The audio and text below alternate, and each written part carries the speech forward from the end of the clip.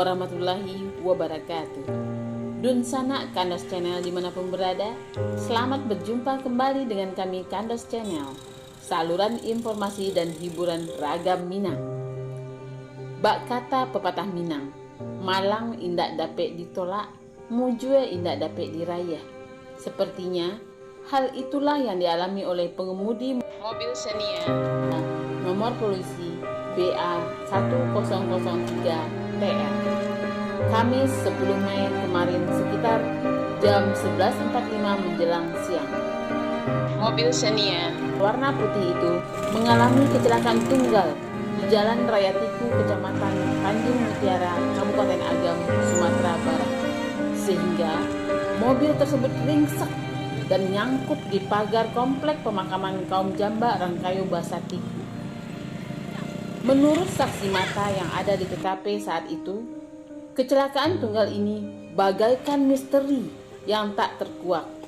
Beberapa pelajar yang berada sekitar 100 meter dari lokasi kecelakaan mengatakan mobil naas itu melaju dari arah Simpang Gudang menuju Kota Padang dengan kecepatan cukup tinggi.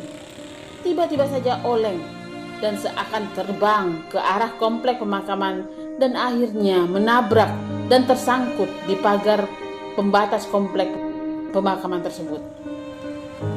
Apakah kejadian ini ada kaitannya dengan cerita misteri masyarakat setempat tentang angkernya lokasi pemakaman tersebut?